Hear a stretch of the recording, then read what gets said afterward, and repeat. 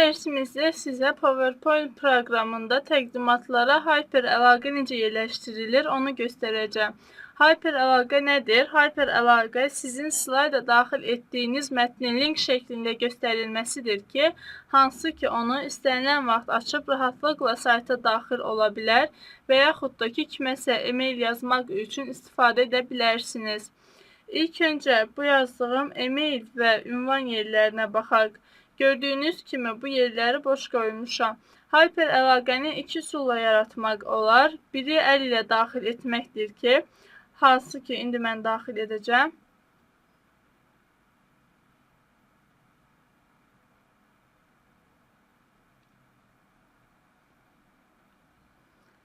Və artıq space, yəni boşluq düyməsini basdıqdan sonra görürsünüz ki, avtomatik olaraq daxil etdiyim informasiya, yəni e-mail ünvanı PowerPoint proqramı tanıdı və mənə onu link şəklində göstərdi.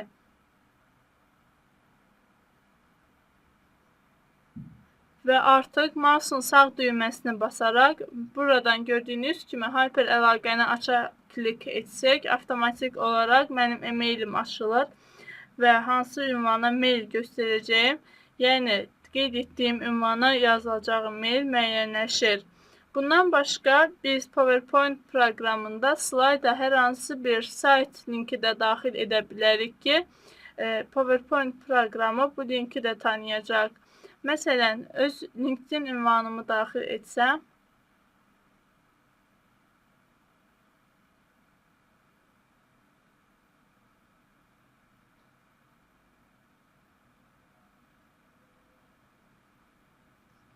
və boşluq düyməsini basan kimi görürsünüz ki, artıq daxil etdiyim sayt linkini də PowerPoint proqramı tanıdı və yenidən mouse'un sağ düyməsini basaraq hyperəlaqəni aça klik etsəm, görürsünüz ki, daxil etdiyim link açılacaqdır. Bundan başqa hyperəlaqəni yaratmağın digər üsulu isə PowerPoint proqramında yazdığınız hər hansı bir mətni link kimi göstərməkdir ki, məsələn, mən bu yazdığım linkləri silim və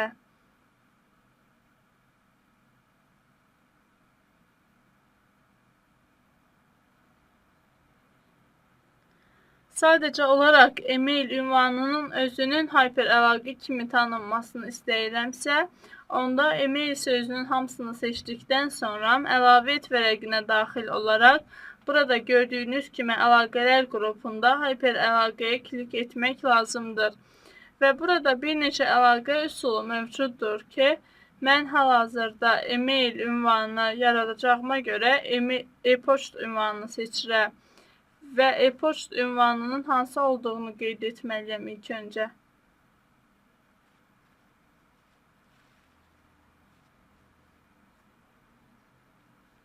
Və bunu qeyd etdikdən sonra siz eyni zamanda gördüyünüz kimi mətnə bir düzəliş də edə bilərsiniz ki, məsələn, e-mail yox, fərqli bir şey yazmaq istəyirsinizsə, onda burada istənilən informasiyanı daxil edib düzəldə bilərsiniz. Bundan sonra siz mövzu və axırıncı istifadə edilmiş e-mail ünvanlarını da daxil edə bilərsiniz ki, hansı ki hal-hazırda buna ehtiyac görmürəm və OK düyməsini basdıqdan sonra artıq görürsünüz ki, daxil etdiyim e-mail sözü məndə link kimi tanıdı və öz e-mailimi bu sözü daxil etdim. Və yenidən mouse'un sağ düyməsini basaraq hyperəlaqəni aça klik etsəm, bayaqki kimi e-mail açılacaq və bu ünvana e-mail yazılması göstəriləcək. Bundan sonra ünvan sözü üçün də eyni cür edə bilərəm. Hyperəlaqə yaratmağın başqa üsulu isə mouse'un sağ düyməsindən hyperəlaqə seçimini seçməkdir. Və seçdikdən sonra hal-hazırda mənim yaradacağım ünvan sayt olacağına görə burada gördüyünüz mövcud fayl və ya web səhifə seçimini seçirəm və mətn göstərilir burada. Hər hansı bir istədilən dəyişikliyi mətn üzərində etmək olar. Məsələn, mən ünvan və daxil olun yazsam, avtomatik olaraq mənim qeyd etdiyim mətn dəyişmiş olacaq və ünvanı yenidən qeyd etməklə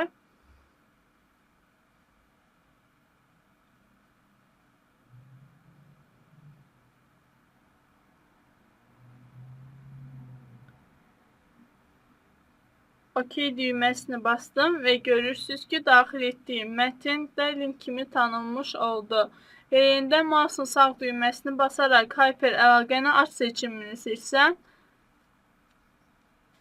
görürsünüz ki, artıq sayt ünvanım açılmış olur.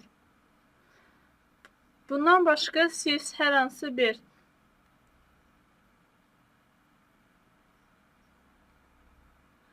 məsələn, kompüterinizdə olan bir Word faylı, kompüterinizdə olan təqdimatda, yəni slayda Hyperəlaqə kimi göstərə bilərsiniz. Məsələn, mən bura hər hansı bir mətn daxil edim.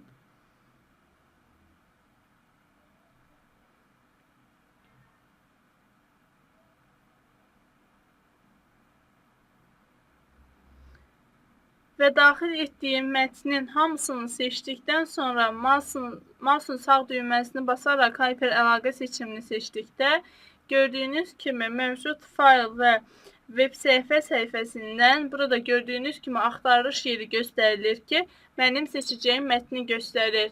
Və mən buradan faylı axtar seçimini seçərək kompüterin yaddaşında yerləşən hər hansı bir faylı Hyperəlaqə kimi göstərəcəm. Bu faylı seçdikdən sonra OK düyməsini basdıqda, yenidən OK düyməsini basıram. Gördüyünüz kimi artıq mühazirələrə buradan baxın yazdığım mətn ifadə Hyperəlaqə kimi seçilmiş oldu ki, mouse'un sağ düyməsini basaraq Hyperəlaqəni aç seçimini seçsəm, Word faylı açılmış olacaq. Microsoft PowerPoint proqramı təhlükəsizlik bildirişi çıxartdı ki, və yenidən hər düyməsini basaraq artıq proqramın açılmasını gözləyə bilərəm. Artıq Word faylı açılmış oldu ki, mən Word faylının üzərinə klik etdikdə gördüyünüz kimi Hyperəlaqə kimi saxladığım Word faylını açmış oldum.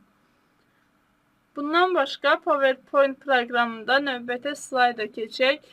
Hər hansı bir sətri və yaxud da ki, sözü müxtəlif slaydlara keçmək üçün Hyperəlaqə kimi də istifadə etmək olar ki, məsələn, mən protokollar sözünü seçdikdən sonra Hyperəlaqə seçimini seçməklə burada gördüyünüz kimi bu sənədə yerləşdir qrupuna baxsaq, slayd başlıqlarından hər hansı birini Hyperəlaqə kimi seçə bilərəm. Protokollar sözünü seçdiyimə görə slayd başlıqlarından protokollar seçimini seçirəm. Yəni, 4-cü slaydı seçdikdən sonra OK düyməsini basdıqda artıq görürsünüz ki, mənim protokollar yazdığım söz də Hyperəlaqə kimi işarələnmiş oldu ki, mouse'un sağ düyməsindən Hyperəlaqəni aç seçimini seçsəm, gördüyünüz kimi avtomatik olaraq 4-cü slayd, yəni protokollar adlı slayd açılmış olur. Bu dərsimizdə sizə PowerPoint proqramında Hyperəlaqələrin yaradılması, Hyperəlaqəyə müxtəlif Word və yaxud da ki, digər tipli faylların daxil edilməsi və bir sıra funksiyaları göstərdim.